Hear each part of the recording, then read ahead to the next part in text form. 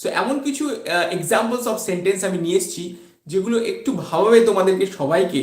So দেখো আমি কতগুলো সেন্টেন্স অলরেডি লিখেছি বোর্ডে এবং আরো কিছু আমি লিখবো। তো চলো দেখে নিই আজকে কি কি রয়েছে আজকে টিপস এন্ড ট্রিক্সে। সো ফার্স্ট সেন্টেন্স দেখো, ক্ষতস্থানের চারিপাশে ব্যান্ডেজ বাঁধা হয়েছিল। ক্ষতস্থানের চারিপাশে ব্যান্ডেজ বাঁধা হয়েছিল। সো এখানে মজাটা হলো আমরা এখানে কিভাবে ট্রান্সলেট করব। দেখো, the bandage was wound around the wound. Now the fun is around the wound or wound, এখানে কি এই wounded, the bandage was wound wound and around the wound, this is the same spelling.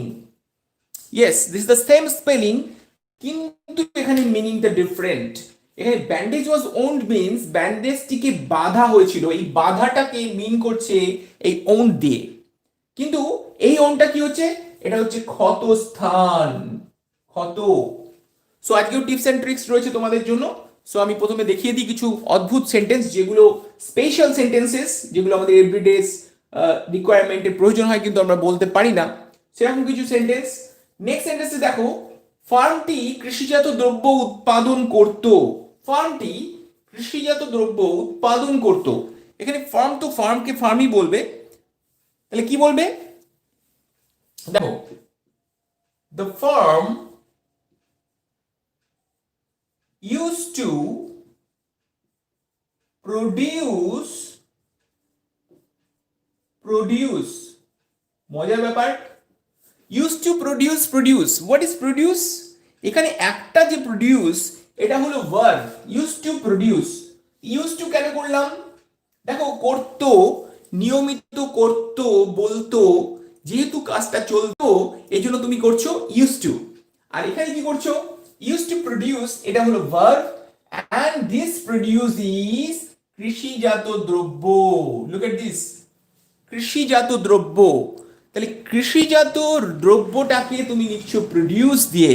এটা কিন্তু তুমি ডিকশনারিতে search করলে এখনই দেখতে পাবে যে কৃষিজাত দ্রব্যকে আমরা প্রডিউস বলি। ইয়েস, সো মজার ট্রান্সলেশন, খুব interesting. The farm use to produce, interesting. তুমি যে কাউকে একটু মজাও করতে পারো, যে একটু কাউকে জিজ্ঞাসা করে দেখতে পারো। ইয়েস, ভেরি ইন্টারেস্টিং সেন্টেন্সেস, এবং এগুলো কিন্তু সচরাচর লিখতে পারে না, অনেকে বলতে পারে না, তো সেটাকে তুমি কিন্তু এখন থেকে পারবে। তো চলো দেখে নিই নেক্সট সেন্টেন্স। দেখো, আস্তাকুরটি এত ভর্তি ছিল যে এটি আরো আবর্জনা নিতে অস্বীকার করলো। তাহলে আস্তাকুরটা আসলে কি, ডাম্প, ডিইউএমপি, ডাম্প পারো, কি বলবে দেখো, the dump was so full that it refused to take more refuse। কি করলাম, the dump was so full, that it refused to take more refuse, বা it refused more refuse, এই টু টেকটা দরকারও নেই, তুমি এটা নাও দিতে পারো, ইট রিফিউজড মোর রিফিউজড। তাহলে এখানে রিফিউজটা দুবার কেন স্যার ইউজ করলেন? First refuse is, this is the verb, look at this, আমি আন্ডারলাইন করেছি যেটা হলো ভার্ব। তাহলে ভার্ব হচ্ছে রিফিউজ, আবার পরে যে রিফিউজটা রয়েছে সেটা মানে হলো যে আবর্জনা। তাহলে আবর্জনাকেও তুমি রিফিউজ বলছো, আবার রিফিউজ মানে প্রত্যাখ্যানও বলছো, দুটোই কিন্তু সেন্টেন্সের মধ্যে ব্যবহার হচ্ছে। সো খুব ইন্টারেস্টিং। দেখো ইউজটা, এরকম ইউজ কিন্তু সচরাচর তুমি পাবে না। দেখো, দ্য ডাম্প, ডিইউএমপি হবে, the dump was so full that it refuse more refuse. Next সেন্টেন্সে দেখো, আমাদের পালিশ করা আসবাবগুলি অবশ্যই পালিশ করতে হবে। সো আমাদের প্রত্যেকের বাড়িতে কিছু ফার্নিচার থাকে যেগুলো পালিশ করতে হয়, রং করা যায় না। Am I sure, am I right? Yes. তো সেখানে কিছু ফার্নিচার থাকে যেগুলো পালিশই করতে হয়, এখানে সেটাই বলা হচ্ছে যে পালিশ করা ফার্নিচারগুলোকে পালিশ করতে হবে। তো তুমি কি করে বলবে, হাউ ইজ দিস পসিবল? দেখো, আমাদের পালিশ করা আসবাবগুলি অবশ্যই পালিশ করতে হবে, এখানে তুমি কি বলবে যে we must polish, we must polish polish. So কি বলছো? We must polish the polished furniture. So এখানে কি হয়েছে? এইখানে যে পলিশটা রয়েছে, this is the verb. We must polish. And this polished furniture, this is the participle. যে ফার্নিচারটা কেমন? Polished. This is participle. So we must polish the polished furniture. So interesting news. দেখে নেব আরো কিছু অদ্ভুত সেন্টেন্স এবং তারপরে এসবি স্যারের ঝুলি তো থাকছেই। তো দেখে নেব নেক্সট সেন্টেন্স। মজার ব্যাপার, এগুলো তোমরা একটু পাজেল হিসাবেও ধরতে পারো, তোমার বন্ধুদেরকে ট্রাই করতে পারো যে দেখি বলতো এটা কিভাবে বলবি ইংলিশে। সো এটা কিন্তু তোমার কাছে একটা ফান হিসাবে আসতে পারে। তো this is the magic of English, তুমি বলতে পারো। সো নেক্সট সেন্টেন্সে যাব। আমরা দেখছি স্পেশাল ইউজেস অফ সেন্টেন্সেস। যেমন ধরো, লোকটি মিষ্টিগুলি মরুভূমিতে ত্যাগ করার সিদ্ধান্ত নিল। লোকটি মিষ্টিগুলি মরুভূমিতে ছেড়ে আসার সিদ্ধান্ত নিল। কেন এরকম সেন্টেন্স হচ্ছে দেখো, এবং মজার ব্যাপারটা।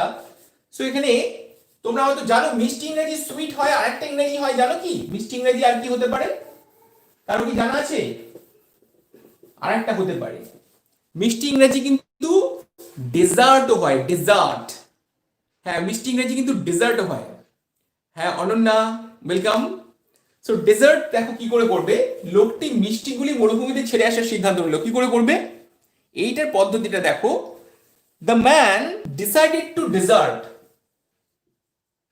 The man decided to desert. SERT এটা মানে কি জানো? ত্যাগ করা, ত্যাগ করা। The man decided to desert his desert. His DESSERT এটা মানে কি জানো? এটা মানে হলো মিষ্টি। দেখো এই স্পেলিংটা খেয়াল করো, DESSERT। এবার বলছো ইন দা ডেজার্ট। এর এই ডেজার্টটার অর্থ কি হচ্ছে? মরুভূমি। সো একই সেন্টেন্সে দেখো তিনবার ডেজার্ট ইউজ হয়েছে। Interesting, desert, desert, desert. So তিনবার ডেজার্ট কি করে হয়েছে? The man decided to desert his dessert in the desert. সো এখানে যে ডেজার্টটা রয়েছে এটার মানে হলো মিষ্টি, মিষ্টিগুলি। ওকে, সো প্লুরাল করে দাও, মিষ্টিগুলি আছে, desserts in the desert. Yes, interesting না? অদ্ভুত সেন্টেন্স। নেক্সট সেন্টেন্সে দেখো, সো এরকম অদ্ভুত কিছু সেন্টেন্সই আজকে আমি দেখাবো যেগুলো সচরাচর ইউজ হয় না, এরকম কিছু সেন্টেন্স কিন্তু ট্রান্সলেট করতে গেলে খুব সমস্যা হয়। যেমন ধরো, যখন গুলি করা হলো ঘুঘুটি ঝোপের মধ্যে ডুব দিল। এরকম একটা দিলাম, যখন গুলি করা হলো ঘুঘুটি ঝোপের মধ্যে ডুব দিল। কি করে করবে? সো এখানে দেখো, ঘুঘু ইংরেজি আমরা কি জানি? ডাভ। আর ডুব দেওয়া ইংরেজি কি জানি? সেটাও কিন্তু ডাইভ। সো ডাইভ, ডাভ, দুটোর মধ্যে একটু মজা রয়েছে। দেখো কি করে করবো। যখন গুলি করা হলো ঘুঘুটি ঝোপের মধ্যে ডুব দিল, তুমি কি বলবে? when shot at, দেখো when shot at, shot at মানে কারোর দিকে লক্ষ্য করে গুলি করা, সেটাকে বলছো তুমি shot at। the dove dove, এইটা মানে কি? this is the verb, look at this, এই যে ডুব দেওয়া, this is the verb, the dove dove, into the bushes, into the bushes. So কি করলাম, when shot at the dove dove into the bushes. তো এখানে দোকানে দেখো dove, dove is the noun form, ঘুঘু পাখি, এটা তুমি করছো noun, ঘুঘুটি, and verb-টা ইউজ করছো dove. সো এখানে তোমার dove dove into the bushes.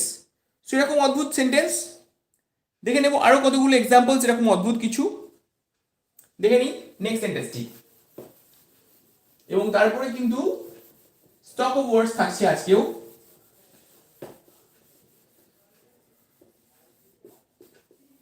যেমন ধরো পরের সেন্টেন্সটাতে যদি বলি, আমি বিষয়টিতে বাধা দিলাম না, এটা তোমাদের পারার কথা। আমি বিষয়টিতে বাধা দিলাম না, বাধা দিলাম না, এখানে বাধা দিলাম না, বাধা ইংরেজি কি, বাধা ইংরেজি কি জানো কি, বাধা হলো অবজেক্ট, অবজেকশন বলে না, দেখবে তুমি কোর্টে যখন বিচারকরা বিচার করে তখন দেখবে অনেক সময় কোনোটা যদি অন্যায় বলে মনে হয় বিচারক কি বলে, আই অবজেক্ট ইওর অনার, তাই না, বা কোনো উকিল বলে আই অবজেক্ট ইওর অনার। তো অবজেক্ট ইজ বাধা দেওয়া। এখানে কিভাবে সেন্টেন্সটা লিখবো দেখো, আমি বিষয়টিতে বাধা দিলাম না, I did not object the object. কি করলাম, I did not object the object, I did not object to the object করো, বিষয়টিতে to the object, I did not object to the object, so this object is verb, তার মানে বাধা দেওয়া, আর এখানে বিষয়টি যেটা বলছো সেটা হলো এটা অবজেক্ট। ওকে, সো দেখো একই সেন্টেন্সে দু রকম অবজেক্ট হিসেবে ইউজ করছো। সো এখানে প্রথম অবজেক্টটা করছো ভার্ব, সেকেন্ড অবজেক্টটা করছো নাউন, বিষয়টি অবজেক্ট। সো দুটো সেন্টেন্স একই সেন্টেন্সে দু রকম ভাবে একটা ওয়ার্ডকে ইউজ করা হচ্ছে, সেই ম্যাজিকটা এখানে দেখছো তোমরা। নেক্সট দেখো আরো একটা ইন্টারেস্টিং সেন্টেন্স, একটু আনকমন এগুলো তো না। যেমন ধরো বিমাটি বাতিল হয়েছিল অজানা কারণে, বিমাটি অজানা কারণে বাতিল হয়েছিল, এটা কি করে করব, দেখো বিমা কি করবে, insurance, the insurance was invalid, এখানে ফার্স্ট এর আমরা কি করলাম, was invalid, বাতিল হয়েছিল, এই যে this is invalid verb, so বিমাটি বাতিল হয়েছিল for the invalid, for the invalid, এই for the invalid মানে অজানা কারণে, this is for the invalid। So একই সেন্টেন্সে দেখো ইনভ্যালিডটাকে আমরা দুভাবে ইউজ করেছি, একটা ভার্ব হিসেবে ইউজ করেছি এন্ড অজানা কারণ for the invalid, this is the noun, আবার নাউন হিসেবে ইউজ করেছি। Interesting, the insurance was invalid, হ্যাঁ একদম ঠিক বলেছো Sauharda, was invalid for the invalid. So এরকম ভাবে কিন্তু হ্যাঁ উইল পাওয়ার এসেছো, ভেরি গুড, তোমার নামটা খুব ইন্টারেস্টিং। সো এখানে দেখো একই ওয়ার্ড, একবার ভার্ব একবার নাউন, আবার এখানে দেখছো তোমরা অবজেক্ট অ্যাজ একবার ভার্ব হিসেবে রয়েছে, আবার একবার নাউন হিসেবে রয়েছে, এখানে একটা নাউন হিসেবে রয়েছে অবজেক্ট। সো একই সেম সেন্টেন্স, একবার ভার্ব একবার নাউন। নেক্সট আরেকটা সেন্টেন্স, একটু বড় সেন্টেন্স, চলো দেখবো। তাহলে ওয়ার্ড নিয়ে আমরা একই সেম ওয়ার্ডকে বিভিন্নভাবে ব্যবহার করছি একটা সেন্টেন্সের মধ্যে, এবং মিনিংটাও খুব ইন্টারেস্টিং হচ্ছে। নেক্সট সেন্টেন্সে দেখো, যেহেতু বর্তমানের চেয়ে ভালো সময় হয় না, এরকম রয়েছে, যেহেতু বর্তমানের চেয়ে ভালো সময় হয় না, তার সঙ্গে জুড়ে দিয়েছে সে উপহারটি দেওয়ার কথা ভাবলো। সে উপহারটি দেওয়ার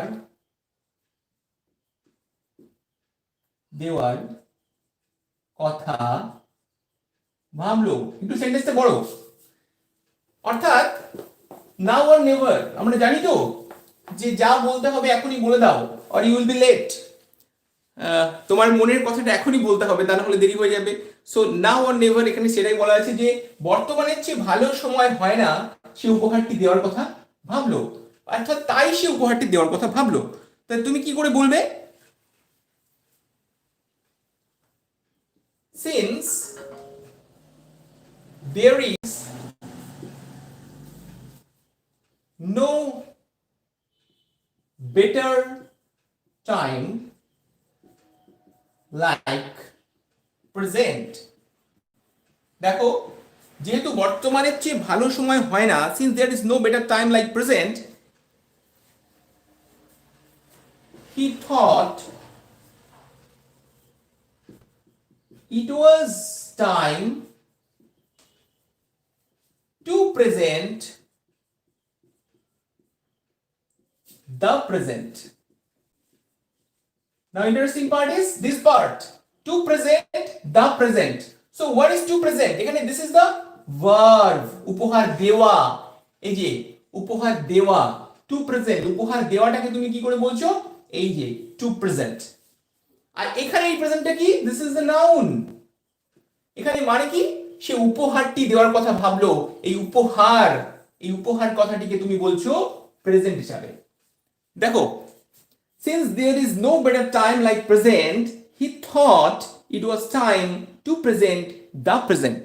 তাই আমরা প্রেজেন্ট একটা ওয়ার্ড যেটাকে আমরা ভার্ব হিসেবে দেখতে পাচ্ছি একই সেন্টেন্সে, আবার একই সেন্টেন্সে আমরা নাউন হিসেবে দেখতে পাচ্ছি। Same sentence but different use of word, same sentence. So this is interesting use. এগুলো কিন্তু কমনলি তোমরা সবসময় দেখবে না, কিন্তু এগুলো কিন্তু ইউজ করা যায় এবং খুব ইন্টারেস্টিং এগুলো। এই মজাটা তোমাদেরকে কিন্তু পেতে হবে যে ইংরাজির একটা মজা রয়েছে। সো এইগুলো জানলে কিন্তু তুমি ব্যবহার করতে পারবে এখন থেকে। তো চলে যাবো আমরা ওয়ার্ড স্টকে। দেখো, আজকের ওয়ার্ড স্টকে আমি কিছু নিয়ে এসেছি খুব ইন্টারেস্টিং ওয়ার্ডস, ইম্পর্টেন্ট। দেখো আজকে কি কি রয়েছে। তো শুরু করছি এসবি স্যারের ঝুলি। তো আজকে ঝুলি থেকে কি কি ওয়ার্ডস বেরোচ্ছে দেখো। So let's learn some words. First word টা exclusion। Exclusion, stock of word। দেখো, exclusion মানে আমরা কি বলবো? exclusion মানে বাদ দেওয়া, and opposite আমরা কি করব? নিশ্চয়ই এটা জানো অনেকে, ইনক্লুশন, অন্তর্ভুক্তি করা, অন্তর্গত করা। ওকে, ইয়েস, ইনক্লুডস, হ্যাঁ ইনক্লুডস হতে পারে, ওটা ভার্ব ফর্ম। এখানে আমি নাউন ফর্ম, এখানে আমি যেহেতু নাউন ফর্ম বলেছি তোমাকে অপোজিটটা নাউন ভাবতে হবে, আর যখন তোমাকে ভার্ব বলা হবে তুমি অপোজিটটা ভার্ব ভাববে। সো এইভাবে তোমাকে বিচার করতে হবে যে কি ওয়ার্ডস দেওয়া হচ্ছে। দেখো, ইনক্লুশন, এক্সক্লুশন থেকে ইনক্লুশনস, নাউনে চলে এসেছে। নেক্সট ওয়ার্ডে যাব, এক্সোটিক। খুব ওয়ার্ডস অফ নোন ওয়ার্ড না, এক্সোটিক। এক্সোটিক ওয়ার্ডটা খুব পেয়েছো, কিন্তু কোথায় পেয়েছো? এক্সোটিক ওয়ার্ডটা খুব পেয়েছো, এটা মানে হলো বিদেশি, বিদেশি, এক্সোটিক। আর যদি তুমি অপোজিট করো অবশ্যই নেটিভ, মানে দেশীয়। Exotic and native. নেক্সট ওয়ার্ডে যাব, এক্সপ্যান্ড। দেখো, EXPAND, সম্প্রসারণ, সম্প্রসারণ বা প্রসারণ। এক্সপ্যান্ড, বিস্তারিত করে বলা, এক্সপ্যান্ড, বিস্তৃত হওয়া। আর এটার অপোজিট কি করবে? কন্ট্রাক্ট, মানে সংকুচিত করা। এক্সপ্যান্ড অ্যান্ড কন্ট্রাক্ট, এটা কোথায় পেয়েছো বলো তো? Contracted forms. আমরা একটা ওয়ার্ডের কন্ট্রাক্টেড ফর্ম শিখেছি না, can't, didn't, aren't, that is the contraction, that mean সংকুচিত করা, ওয়ার্ডটাকে সংকুচিত করা, দেয়ার ইজ কন্ট্রাক্ট, এক্সপ্যান্ড থেকে কন্ট্রাক্ট, ইয়েস, তাহলে কন্ট্রাকশন পেয়েছো, একই ওয়ার্ডস। ওকে, নেক্সট ওয়ার্ডে যাব, উপরেরটা মুছে দিচ্ছি।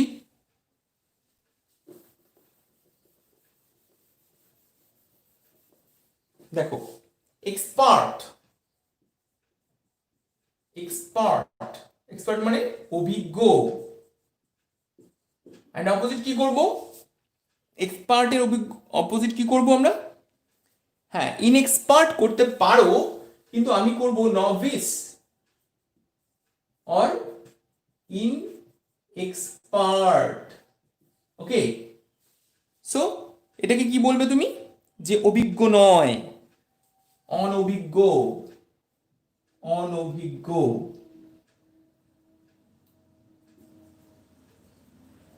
ওকে, সো নেক্সট ওয়ার্ডে যাব, দেখে নেব নেক্সট ওয়ার্ড। Next word এক্সপ্লিকেবল,